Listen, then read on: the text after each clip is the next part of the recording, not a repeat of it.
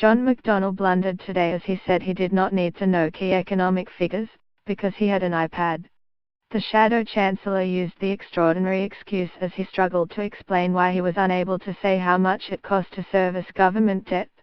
He also floundered as he was repeatedly pressed on the upfront bill for Labour's massive nationalisation drive, but merely insisted it would pay for itself.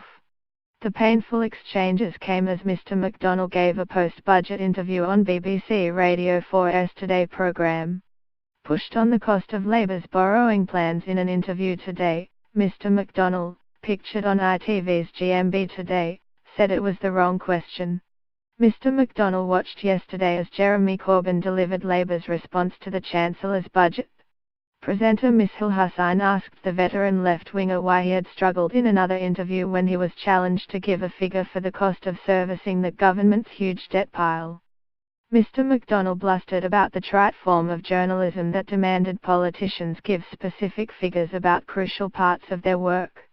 The type of journalism where you go into an interview and someone asks you a question on a particular figure, to be honest, is a trite form of journalism, he said. That's why we have iPads, and that's why I have advisors, etc.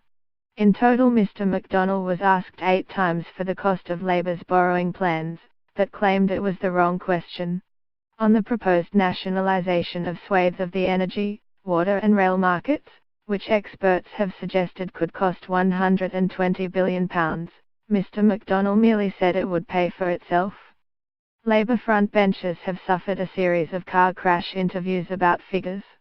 Shadow Home Secretary Diane Abbott memorably had a meltdown during the general election campaign when she suggested recruiting 10,000 more police would cost just £300,000.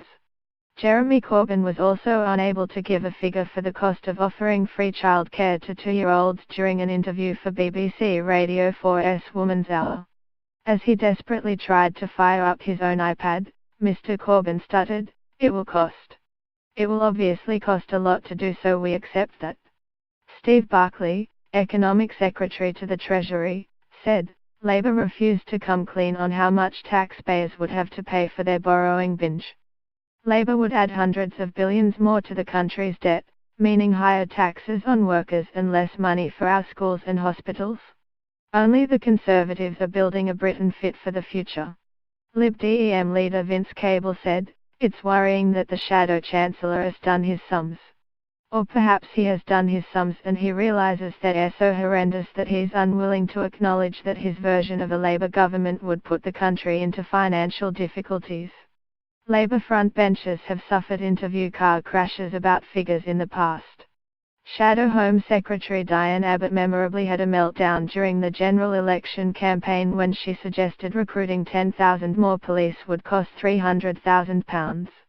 Jeremy Corbyn was also unable to give a figure for the cost of offering free childcare to 2-year-olds during an interview for BBC Radio 4's Woman's Hour.